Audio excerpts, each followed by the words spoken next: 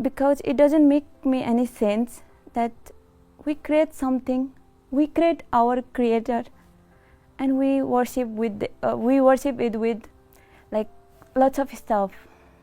And it doesn't make me any sense. Like as I was child, we used to go to the temples because we used to go to the temples. We used to see there is a lot of poverty around us, around the temple, around us, and the people, they were offering for the idols who couldn't even move it. Instead of giving poor and needy people, we used to offer it for idols, and it's hurt me a lot. I never feel like that it was right.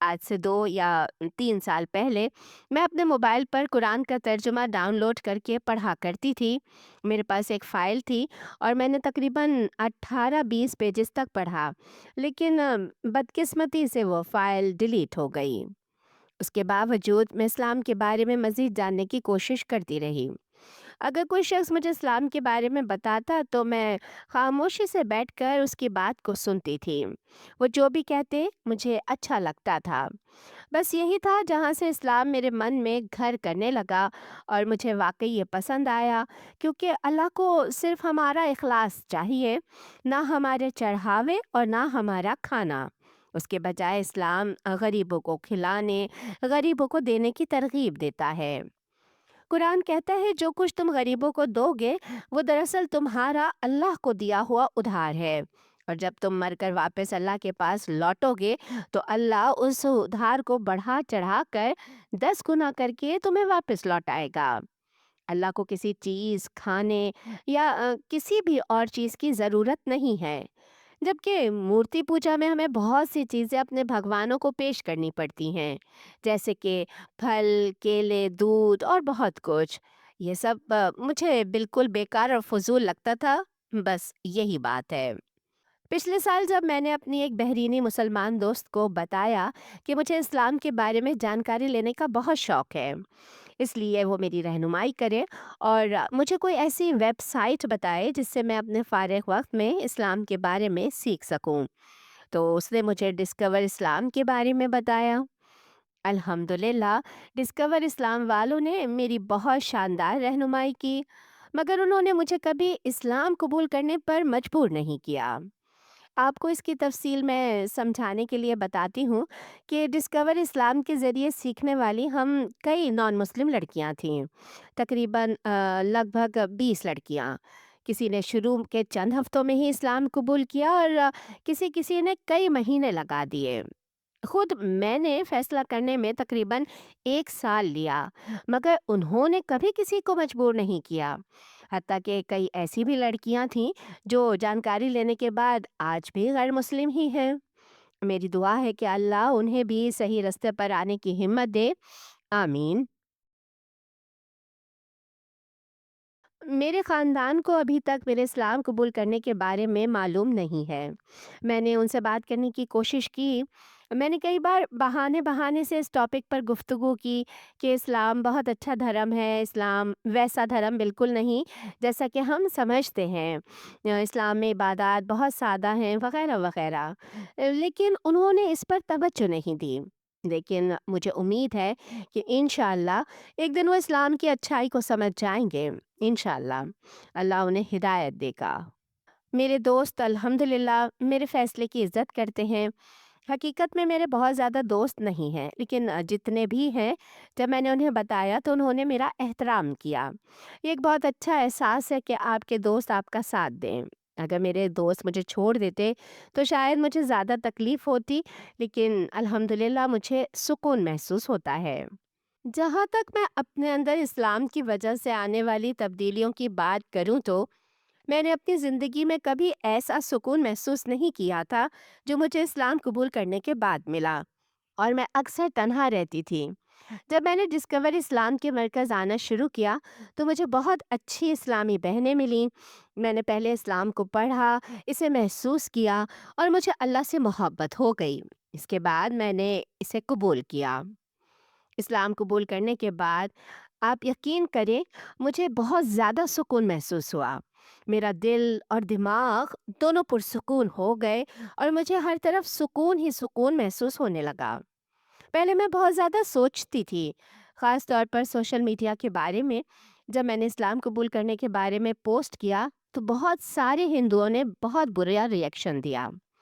میں سوچتی تھی کہ میں لوگوں کے comments اور messages کا کیسے جواب دوں، اور یہ سب میرے لیے بہت ذہنی دباؤ کا باعث تھا۔ لیکن پھر جب سے میں نے اپنی ایک دوست کے کہنے پر خود کو سوشل میڈیا سے دور کیا، میں نے بہت زیادہ سکون محسوس کیا، بہت بہت ہی زیادہ سکون۔ لوگ اکثر سوچتے ہیں کہ خود کو ڈھانپنا یعنی حجاب کرنا معاشرتی پابندی ہے، لیکن جب سے میں نے خود کو ڈھانپا ہے میں خود کو زیادہ آزاد محسوس کرتی ہوں، اور زیادہ محفوظ بھی۔ یہ میرا اپنا انتخاب ہے، اس لیے یہ میرے لیے آزادی ہے۔ اب لوگ مجھ سے زیادہ احترام کے ساتھ پیش آتے ہیں اور الحمدللہ میں اس پر بہت خوش ہوں۔ اور آخر میں دیکھنے سننے والے تمام نان مسلمز، خاص طور پر ہندوؤں کو یہی کہوں گی کہ قرآن پڑھیں یا کم از کم اسے سنیں۔ اور میں انہیں یہ بھی کہوں گی کہ مسلمانوں کے رویے کو دیکھ کر فیصلہ نہ کریں، کیونکہ ہم مسلمان کامل نہیں ہیں لیکن ہمارا دین کامل ہے۔ قرآن پڑھیں یا سنیں یا ایسے لوگوں کو تلاش کریں جو اسلام کو گہرائی سے سمجھتے ہوں، کیونکہ وہ آپ کو صحیح رستہ دکھائیں گے اور اسلام کی حقیقت سمجھنے میں آپ کی مدد کریں گے۔ اور جو لوگ اسلام قبول نہیں کر پا رہے، چاہے وہ خاندان، معاشرے یا پس منظر کے دباؤ کی وجہ سے، میں انہیں کہنا چاہتی ہوں کہ آپ بے خوف ہو جائیں، اللہ کے لیے اسلام قبول کریں اور اللہ پر مکمل بھروسہ کریں۔ آپ یقین بھی نہیں کر سکتے کہ اللہ کیسے ناممکن کو ممکن بنا دیتا ہے۔ بس بے خوف ہو جائیں، اللہ کے لیے اسلام قبول کریں اور اس پر مکمل بھروسہ رکھیں۔ بس یہی میری نصیحت ہے۔